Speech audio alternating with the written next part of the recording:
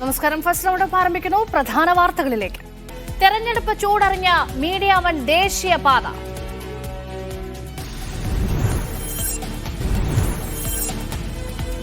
സംസ്ഥാനം പ്രചാരണ ചൂടിലേക്ക്. പൂർണ്ണ സജ്ജരായി മുന്നണികളും സ്ഥാനാർത്ഥികളും. കോട്ടയത്ത് തുഷാർ വെള്ളാപ്പള്ളി BDJ സ്ഥാനാർത്ഥിയാകും. പൌരത്വ നിയമത്തിലെ മുഖ്യമന്ത്രിയുടെ പരാമർശത്തിനെതിരെ പ്രതിപക്ഷ നേതാവ്.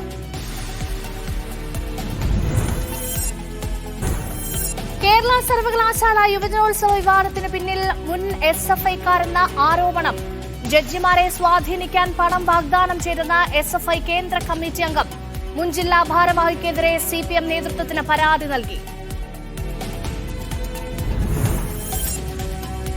റേഷൻ കാർഡ് ആധാറുമായി ബന്ധിപ്പിക്കുന്ന മസ്റ്ററിംഗ് നിർത്തിവച്ചു. സെർവർ തകരാറിലായത് എല്ലാ റേഷൻ കടകളും തുറന്നു പ്രവർത്തിച്ചതോടെ കേന്ദ്രത്തോട് സമയം നീട്ടിച്ചോദിക്കുമെന്ന് ഭക്ഷ്യമന്ത്രി. റേഷൻ മുടങ്ങില്ല.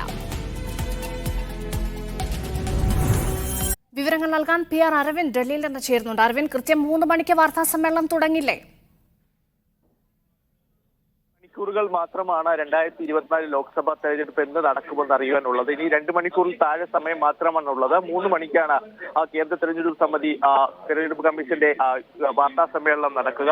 എന്നാലും 2019 സമാനമായി 7 അല്ലെങ്കിൽ അതിലുപരി 8 ഘട്ടമായിട്ടായിരിക്കും ഇത്തവണ തെരഞ്ഞെടുപ്പ് പ്രഖ്യാപിക്കുക എന്ന് നമുക്ക് മനസ്സിലാക്കുക. അതിനോടൊപ്പം തന്നെ തെരഞ്ഞെടുപ്പ് കമ്മീഷൻ വാർത്താ സമ്മേളനത്തിലുള്ള സജ്ജീകരണങ്ങളെല്ലാം ഡൽഹി വിജ്ഞാൻ ഭവനിൽ പൂർത്തിയായി കഴിഞ്ഞിട്ടുണ്ട്. ഇത് ലോക്സഭാ തെരഞ്ഞെടുപ്പിനുപരി ഒഡീഷ, സിക്കിം, അരുണാചൽ പ്രദേശ്, ആന്ധ്രാപ്രദേശ് തുടങ്ങിയ നിയമസഭാ തെരഞ്ഞെടുപ്പിന്റെ തീയതികളും ഇന്ന് പ്രഖ്യാപിക്കും. ഇതുകൂടാതെ തന്നെ എല്ലാവരും ആകാംക്ഷയോടെ കാത്തിരിക്കുന്നത് ജമ്മു കാശ്മീർ നിയമസഭാ തെരഞ്ഞെടുപ്പ് ഈ ലോക്സഭാ തെരഞ്ഞെടുപ്പൊപ്പം നടക്കുമോ എന്ന കാര്യമാണ്. നേരത്തെ കേന്ദ്ര തെരഞ്ഞെടുപ്പ് കമ്മീഷൻ ജമ്മു കാശ്മീർ സന്ദർശനം നടത്തുകയും ജമ്മു കാശ്മീർ തെരഞ്ഞെടുപ്പിന് സജ്ജമാണെന്ന് അറിയിക്കുകയും ചെയ്തിരുന്നു. അതുകൊണ്ട് തന്നെ ജമ്മു കാശ്മീരുമായി ബന്ധപ്പെട്ട പ്രഖ്യാപനം ഇന്നുണ്ടാകുമോ എന്നതാണ് എല്ലാവരും ഉറ്റുനോക്കുന്നത്. ഏതായാലും കൃത്യം 3 മണിക്ക് വാർത്താ സമ്മേളനം ഡൽഹി വിജ്ഞാൻ ഭവനിൽ ആരംഭിക്കും. 2024 ലോക്സഭാ തെരഞ്ഞെടുപ്പ് എന്ന് നടക്കുമെന്നുള്ള കാര്യത്തിൽ 3 മണിയോടുകൂടി ഒരു വ്യക്തത വരും. കാരണം 2019 ഈ തീയതി പ്രഖ്യാപിക്കുന്നത് മാർച്ച് 10-നായിരുന്നു. പിന്നീട് ഏപ്രിൽ 11 മുതൽ മെയ് 19 വരെയായിരുന്നു 2019 തെരഞ്ഞെടുപ്പ് നടത്തുക.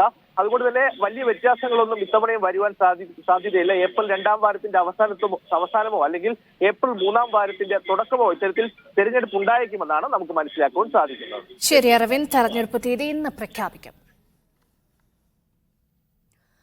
ലോക്സഭാ തെരഞ്ഞെടുപ്പ് പ്രഖ്യാപനത്തിന് മുൻപ് പ്രധാനമന്ത്രിയുടെ തുറന്ന കത്ത്. സർക്കാരിന്റെ ഭരണ നേട്ടങ്ങൾ അവകാശപ്പെട്ടുള്ള കത്തിൽ ജനജീവിതത്തിലുണ്ടായ പരിവർത്തനമാണ് ദശാബ്ദത്തിനിടയിലെ വലിയ നേട്ടമെന്ന് പറയുന്നത്. ജനപിന്തുണ കൊണ്ടാണ് രാജ്യക്ഷേമത്തിനായി ധീരമായി തീരുമാനമെടുക്കാൻ സാധിച്ചത്. രാജ്യത്തെ പുതിയ ഉയരങ്ങളിൽ എത്തിക്കുമെന്നും കത്തിൽ വാഗ്ദാനമുണ്ട്.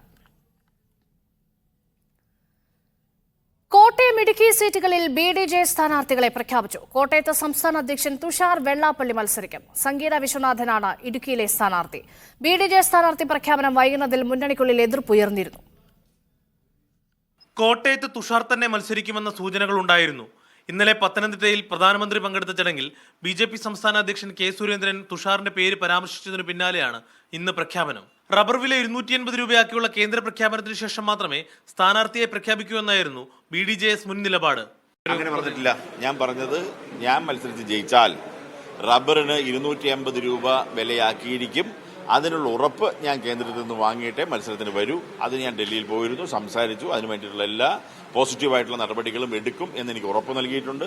PC ജോർജുമായി ഉടക്കി നിൽക്കുന്ന തുഷാർ വെള്ളാപ്പള്ളിയുടെ വരവ് കോട്ടയത്ത് മുന്നണിയിൽ അസ്വസ്ഥതകൾ സൃഷ്ടിക്കുന്നുണ്ട്. അഭിപ്രായ ഭിന്നതകളില്ലാതെ ഒറ്റക്കെട്ടായി മുന്നോട്ടു പോകണമെന്നാണ് BJP നേതൃത്വത്തിന്റെ നിർദ്ദേശം. അഭിഭാഷകയും BDJ സംസ്ഥാന വൈസ് പ്രസിഡന്റുമായ സംഗീത വിശ്വനാഥാണ് ഇടുക്കിയിൽ മത്സരിക്കുന്നത്. മാവേലിക്കര, ചാലക്കുടി സ്ഥാനാർത്ഥികളെ കഴിഞ്ഞയാഴ്ച പ്രഖ്യാപിച്ചിരുന്നു. Media one, Kottayam. CAA വിഷയത്തിൽ കോൺഗ്രസ് പ്രതികരിച്ചിട്ടില്ലെന്ന മുഖ്യമന്ത്രിയുടെ ആരോപണത്തിന് മറുപടിയുമായി പ്രതിപക്ഷ നേതാവ് VD സതീശൻ. പരാജയ ഭീതിയിലായ CPMന്റെ ദുഷ്ടലാക്കാണ് മുഖ്യമന്ത്രിയുടെ ചോദ്യത്തിന് പിന്നിൽ. മുഖ്യമന്ത്രി നട്ടാൽ കുരുക്കാത്ത നുണ പറയുകയാണെന്നും VD സതീശൻ ആരോപിച്ചു. KR സാജു വിവരങ്ങൾ നൽകും. സാജു, എന്താണ് സതീശന്റെ മറുപടി? പിണറായി വിജയൻ ഇന്നലെ ഉന്നയിച്ച 7 ചോദ്യങ്ങൾക്കും അക്കമിട്ട് മറുപടി നൽകുകയാണ്. അതിൽ പൗരത്വ ഭേദഗതി നിയമത്തിനെതിരെ കേരളത്തിൽ കോൺഗ്രസ് പ്രതികരിച്ചിട്ടില്ലെന്ന മുഖ്യമന്ത്രി പിണറായി വിജയന്റെയും കേരളത്തിലെ CPMന്റെയും മാത്രം നരേറ്റീവാണ് എന്നാണ് വി ഡി സതീശൻ പറയുന്നത്. പരാജയ ഭീതിയിലായ CPM-ന്റെ രാഷ്ട്രീയ ദുഷ്ടലാക്കാണ് പാർട്ടി സെക്രട്ടറിയോ BJPക്ക് വേണ്ടി നാവ് വാടകയ്ക്ക് നൽകിയിരിക്കുന്ന കൺവീനറോ ഇത്തരം ഒരു ചോദ്യം ചോദിച്ചാൽ ഞങ്ങൾ അത്ഭുതപ്പെടില്ല. പക്ഷേ മുഖ്യമന്ത്രി കസേരയിൽ ഇരുന്നു കൊണ്ട് പിണറായി വിജയൻ നട്ടാൽ കുരുക്കാത്ത നുണ പറയുന്നത് അപമാനകരമാണ് എന്ന് പറയുന്നു. തുടർന്ന് കോൺഗ്രസ് ഇക്കാര്യത്തിൽ ഇറക്കിയിരിക്കുന്ന വാർത്താക്കുറിപ്പുകൾ, പ്രതികരണങ്ങൾ എന്നിവയൊക്കെ എടുത്തു പറയുന്നു. ഇതൊന്നും കണ്ടിട്ടില്ലെങ്കിൽ വീണ്ടും ഞങ്ങൾ കാണിക്കാം എന്ന് മുഖ്യമന്ത്രിയോട് പറയുന്നുണ്ട് സതീശൻ. ഒപ്പം ഭാരത് ജോഡോ യാത്രയിൽ പൗരത്വ ഭേദഗതി നിയമത്തിനെതിരെ രാഹുൽ ഗാന്ധി മൗനം പാലിച്ചു എന്നതിനും സതീശൻ മറുപടി പറയുന്നുണ്ട്. രാജ്യത്തെ ബാധിക്കുന്ന എല്ലാ വിഷയങ്ങളെ സംബന്ധിച്ച് അദ്ദേഹം ജനങ്ങളുമായി ആശയവിനിമയം നടത്തിയിട്ടുണ്ട്. BJP നേതാക്കളെ സുഖിപ്പിച്ച് കേസുകളിൽ നിന്ന് തടിയൂരാനുള്ള അഭ്യാസമാണ് മുഖ്യമന്ത്രിയുടേതെന്ന് ഞങ്ങൾക്കറിയാം എന്നുകൂടി സതീശൻ പറഞ്ഞു വെക്കുന്നുണ്ട്. രശ്മി. ശരി സാജു. സംസ്ഥാനത്തെ റബ്ബർ സബ്സിഡി 180 രൂപയാക്കി ഉയർത്തി. റബ്ബർ സബ്സിഡി 170 നിന്ന് 180 ആക്കി ഉയർത്തുമെന്ന് ബജറ്റിൽ പ്രഖ്യാപിച്ചിരുന്നു. 2021 ഏപ്രിലിൽ 1 കിലോഗ്രാം സ്വാഭാവിക റബ്ബറിന് 170 രൂപ വില ഉറപ്പാക്കുന്ന നിലയിൽ സബ്സിഡി തുക ഉയർത്തിയിരുന്നു. വിരമിച്ച ജീവനക്കാർക്കും അധ്യാപകർക്കും 11ാം പെൻഷൻ പരിഷ്കരണ കുടിശ്ശിക 3ാം ഗഡു അനുവദിച്ചു. 5.07 ലക്ഷം പേർക്കാണ് ആനുകൂല്യം ലഭിക്കുക. 628 കോടി രൂപ ഇതിനായി അനുവദിച്ച് ഉത്തരവിറക്കി. രാഹുൽ ഗാന്ധി വയനാടിന് പുറമെ മറ്റ് മണ്ഡലങ്ങളിൽ കൂടി ചിലപ്പോൾ മത്സരിച്ചേക്കുമെന്ന് ശശി തരൂർ. തീരുമാനം പാർട്ടിയുടേതാണ്. രാഹുൽ അമേഠിയിൽ മത്സരിച്ചാൽ ജയിക്കുമെന്ന ഒരു BJP MP തന്നോട് പറഞ്ഞുവെന്നും ശശി തരൂർ കൂട്ടിച്ചേർത്തു. ഞാൻ പറയട്ടെ, ഒരു BJP MP എന്നോട് ഉപദേശം പറഞ്ഞു, ഈ തവണ രാഹുൽ ഗാന്ധി അമേഠിയിൽ മത്സരിച്ചാൽ ജയിക്കുമെന്നും കൂടി എന്നോട് പറഞ്ഞു. ആ സന്ദേശം കൊടുക്കൂ, അതാണ് ഞങ്ങൾ കാണുന്നതെന്ന്. അത്രത്തോളം വ്യത്യാസം വന്നിട്ടുണ്ട് ഇപ്പോൾ ജനങ്ങളുടെ മനസ്സിൽ. നമ്മൾ കാണാം, തീരുമാനങ്ങൾ പാർട്ടി എടുത്തിട്ടില്ല ഇതുവരെ. നമ്മൾ അദ്ദേഹത്തിൻ്റെ പേര് വേറെ എവിടെയും കണ്ടു. അദ്ദേഹത്തിന് 2 തവണയോ 2 സ്ഥലത്തോ 3 സ്ഥലത്തോ മത്സരിക്കാൻ അവകാശമുണ്ട്. അദ്ദേഹം അത് ചെയ്യുമെന്ന് നമ്മൾ കാണട്ടെ. കണ്ട ശേഷം നമ്മൾ അറിവ് ഫാക്ട്സ് വന്ന ശേഷമല്ലേ സംസാരിക്കാൻ സാധിക്കുള്ളൂ. കണ്ണൂരിൽ K. സുധാകരനെയും സജി ജോസഫ് MLAയും തടഞ്ഞ UDF പ്രവർത്തകർ. വർഷങ്ങളായി തകർന്നു കിടക്കുന്ന റോഡിന്റെ നവീകരണത്തിനായി ഇടപെടൽ നടത്തിയില്ലെന്ന് ആരോപിച്ചായിരുന്നു പ്രതിഷേധം. ശ്രീകണ്ഠാപുരം കൊയ്യത്താണ് തെരഞ്ഞെടുപ്പ് പ്രചാരണത്തിലെത്തിയ നേതാക്കളെ അണികൾ ഉൾപ്പെടെയുള്ള നാട്ടുകാർ തടഞ്ഞത്. കഴിഞ്ഞ വ്യാഴാഴ്ച രാത്രി നടന്ന പ്രതിഷേധത്തിന്റെ ദൃശ്യങ്ങൾ പുറത്തുവന്നു.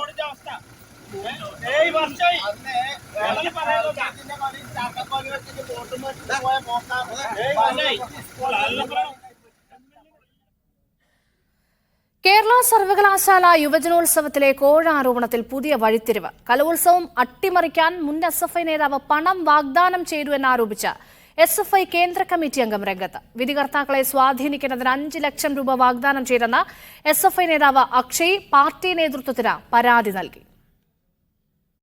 ഒരു യുവജനോത്സവം കാരണം അടിമുടി നാണക്കേടിൽ മുങ്ങി നിൽക്കുകയാണ് കേരള സർവകലാശാല. എന്നാൽ ഇത്തരം സംഭവങ്ങൾ ഉണ്ടാകാൻ കാരണം SFIക്കുള്ളിലെ തന്നെ ചില പടലപ്പിണക്കങ്ങളാണ് എന്ന സംശയങ്ങൾ ഉയർത്തുന്നതാണ് പുതിയ വെളിപ്പെടുത്തലുകൾ. SFI കേന്ദ്ര കമ്മിറ്റി അംഗവും പ്രോഗ്രാം സബ് കമ്മിറ്റി കൺവീനറുമായ അക്ഷയാണ് SFIക്കെതിരെ തന്നെ പരാതിയുമായി രംഗത്ത് വന്നിരിക്കുന്നത്. മുൻ ജില്ലാ ഭാരവാഹിയും പാർട്ടിയിൽ അച്ചടക്ക നടപടി നേരിട്ടതുമായ ഒരു SFI നേതാവ് പണം വാഗ്ദാനം ചെയ്തുവെന്ന് അക്ഷയുടെ പരാതിയിൽ പറയുന്നു. വിധികർത്താക്കളുടെ ചുമതലയുണ്ടായിരുന്ന അക്ഷയ്ക്ക് 5 ലക്ഷം രൂപയാണ് വാഗ്ദാനം ചെയ്തത്. ഇതെല്ലാം ഉൾപ്പെടുത്തി പാർട്ടി നേതൃത്വത്തിന് രേഖാമൂലം അക്ഷയ് പരാതി നൽകിയിട്ടുണ്ട്. കഴിഞ്ഞ ദിവസം ചേർന്ന SFI ജില്ലാ കമ്മിറ്റി യോഗത്തിലാണ് ആദ്യം ഈ ആരോപണം ഉയർന്നത്.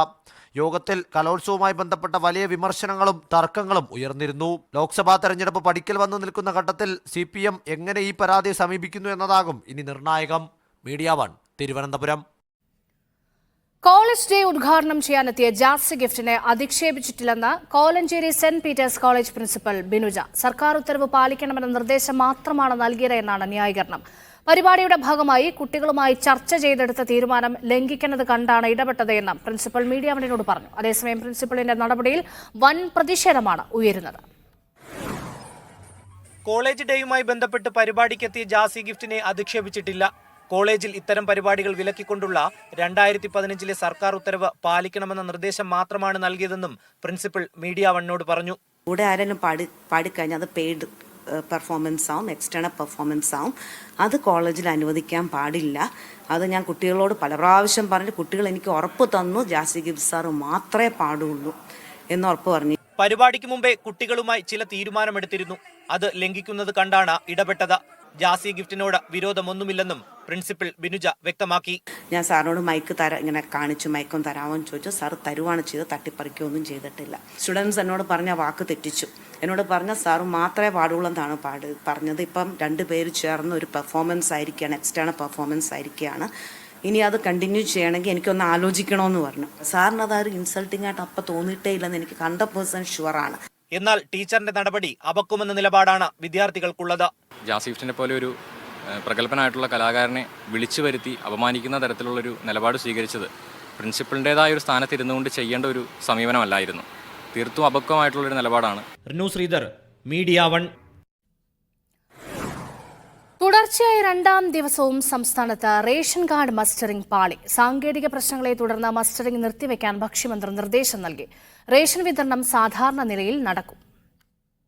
ഇപോസ് മെഷീനിലെ സാങ്കേതിക തകരാർ പരിഹരിക്കാൻ കൂടുതൽ സമയം വേണമെന്ന് ഹൈദരാബാദ് NICയും IT മിഷനും അറിയിച്ചതോടെയാണ് മസ്റ്ററിംഗ് നിർത്തിവെക്കാൻ ഭക്ഷ്യമന്ത്രി നിർദ്ദേശം നൽകിയത്. സാങ്കേതിക തകരാർ പരിഹരിച്ചതിനു ശേഷമായിരിക്കും ഇനി മസ്റ്ററിംഗ്. ഇന്ന് മഞ്ഞ കാർഡുകാർക്ക് മാത്രം മസ്റ്ററിംഗ് നടത്താനുള്ള ക്രമീകരണം ഏർപ്പെടുത്തിയെങ്കിലും എല്ലാ റേഷൻ കടകളും തുറന്നതോടെ സംവിധാനം പാളി. മണിക്കൂറുകൾ ക്യൂ നിന്നും അടുത്ത ആളുകൾ നിരാശരായി മടങ്ങി. ഇന്നലെ രാവിലെ കട തുറന്നോട്ടന്നെ വന്നു, അപ്പോഴത്തേക്ക് ഇത് വർക്ക് ചെയ്യണില്ല. പിന്നെ പറഞ്ഞു ഉച്ചയ്ക്ക് വന്നു. ഉച്ചയ്ക്ക് വന്നപ്പോഴത്തേക്ക് വീണ്ടും 2:30 മണിക്ക് ശരിയായി എന്ന് പറഞ്ഞു. അപ്പോൾ വന്നപ്പോഴത്തേക്ക് ഇവിടെ കട അടച്ചിരുന്നു. ഇന്നലെ രാവിലെ 2 പ്രാവശ്യം വന്ന്, ഇന്നലെ വൈകുന്നേരം വന്ന്, ഇന്നിപ്പോൾ രാവിലെ ജോലിയും കഴിഞ്ഞ് വന്നതേ ഉള്ളൂ. എന്നിട്ട് ഇവിടെ കയറി. മുൻഗണനാ വിഭാഗത്തിലുള്ള എല്ലാ ആളുകൾക്കും മസ്റ്ററിംഗിന് സമയം അനുവദിക്കുമെന്ന് മന്ത്രി GR അനിൽ പറഞ്ഞു. എന്തായാലും ജനങ്ങൾക്കൊരു ആശങ്കയും വേണ്ട. ജനങ്ങൾക്ക് ഭക്ഷ്യധാന്യം ഉറപ്പുവരുത്താൻ ഗവൺമെന്റ് എല്ലാ ശ്രമങ്ങളും നടത്തും. മസ്റ്ററിംഗ് നിർത്തിയ പശ്ചാത്തലത്തിൽ സംസ്ഥാനത്തെ റേഷൻ വിതരണം സാധാരണ നിലയിൽ നടക്കും. 3 ദിവസം റേഷൻ വിതരണം നിർത്തിവെച്ചുകൊണ്ട് മസ്റ്ററിംഗ് നടത്താനായിരുന്നു സർക്കാർ ആദ്യം നിശ്ചയിച്ചിരുന്നത്. മീഡിയ 1 തിരുവനന്തപുരം. SFI മുൻ നേതാവ് നിഖിൽ തോമസിന്റെ വ്യാജ സർട്ടിഫിക്കറ്റ് വിവാദത്തിൽ അച്ചടക്ക നടപടി നേരിട്ട അധ്യാപകന് തൽക്കാലം പ്രിൻസിപ്പൽ നിയമനം നൽകേണ്ടെന്ന് സിൻഡിക്കേറ്റ്. ഡോക്ടർ മുഹമ്മദ് താഹയ്ക്ക് നിയമനം നൽകുന്നതിൽ ചില നിയമ പ്രശ്നങ്ങൾ ഉണ്ട് എന്ന് സിൻഡിക്കേറ്റ് വിലയിരുത്തി. അതുകൊണ്ട് തന്നെ വിശദമായ നിയമോപദേശം ലഭിച്ചിട്ട് ബാക്കി കാര്യങ്ങൾ ആലോചിക്കാമെന്ന് ഇന്നലെ ചേർന്ന യോഗം തീരുമാനിച്ചു. പത്തനംതിട്ട കടമ്പാട് വില്ലേജ് ഓഫീസർ മനോജിന്റെ ആത്മഹത്യയിൽ കളക്ടർക്ക് പരാതി നൽകി സഹപ്രവർത്തകരായ വില്ലേജ് ഓഫീസർമാർ. മണ്ണെടുപ്പുമായി ബന്ധപ്പെട്ട് ജോലി ചെയ്യാൻ കഴിയാത്ത തരത്തിൽ ബാഹ്യ ഇടപെടലുകൾ കൂടി വരുന്നതായി ഉദ്യോഗസ്ഥർ പറഞ്ഞു. ഭരണകക്ഷി നേതാക്കളുടെ സമ്മർദ്ദത്തെ തുടർന്നാണ് മനോജ് ജീവൻ ഒടുക്കിയത് എന്ന ആരോപണം കുടുംബം ഉന്നയിച്ചിരുന്നു. പത്തനംതിട്ട കടമ്പനാട് വില്ലേജ് ഓഫീസർ മനോജിന്റെ ആത്മഹത്യയിൽ കലക്ടർക്ക് പരാതി നൽകി സഹപ്രവർത്തകരായ വില്ലേജ് ഓഫീസർമാർ. മണ്ണെടുപ്പുമായി ബന്ധപ്പെട്ട് ജോലി ചെയ്യാൻ കഴിയാത്ത തരത്തിൽ ബാഹ്യ ഇടപെടലുകൾ കൂടി വരുന്നതായി ഉദ്യോഗസ്ഥർ പറഞ്ഞു. ഭരണകക്ഷി നേതാക്കളുടെ സമ്മർദ്ദത്തെ തുടർന്നാണ് മനോജ് ജീവനൊടുക്കിയതെന്ന ആരോപണം കുടുംബം ഉന്നയിച്ചിരുന്നു. എനിക്ക് അവിടെ ജോലി ചെയ്യാൻ ഒക്കുന്നില്ല. രാഷ്ട്രീയക്കാരെ കൊണ്ട് എനിക്ക് അവിടെ ജോലി ചെയ്യാൻ ഒക്കുന്നില്ല. ഭരണകക്ഷിയുടെ ചോട്ടനാഥക്കന്മാർ സഹക്കന്മാർ. കുടുംബാംഗങ്ങളുടെ ഈ ആരോപണമടക്കം അന്വേഷിക്കണമെന്നാണ് വില്ലേജ് ഓഫീസർമാർ നൽകിയ പരാതിയിൽ പറയുന്നത്.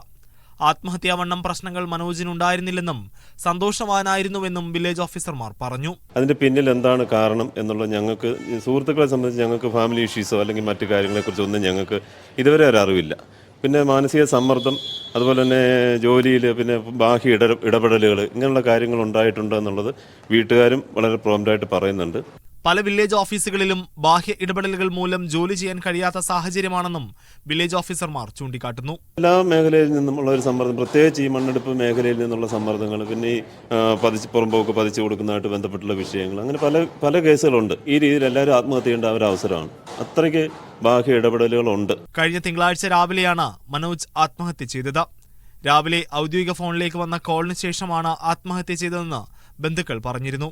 മരണത്തിന്റെ കാരണം കണ്ടെത്തണമെന്നാവശ്യപ്പെട്ട് അടുത്ത ദിവസം ബന്ധുക്കളും പരാതി നൽകും. മീഡിയ 1 പത്തനംതിട്ട. രാജ്യത്ത് CAA നടപ്പാക്കാൻ അനുവദിക്കരുതെന്നാവശ്യപ്പെട്ട് കേരളം സുപ്രീം കോടതിയിൽ പ്രത്യേക ഹർജി നൽകി. ഹർജി ചൊവ്വാഴ്ച കോടതി പരിഗണിക്കും. വിവരങ്ങൾ നൽകാൻ ധനസുമോദ് ചേരുന്നുണ്ട്. ധനസുമോദ്, പ്രതിഷേധങ്ങൾക്ക് പുറമെ നിയമ പോരാട്ടത്തിന് കൂടി കേരളം കടക്കുന്നു. വിവരങ്ങൾ എങ്ങനെ?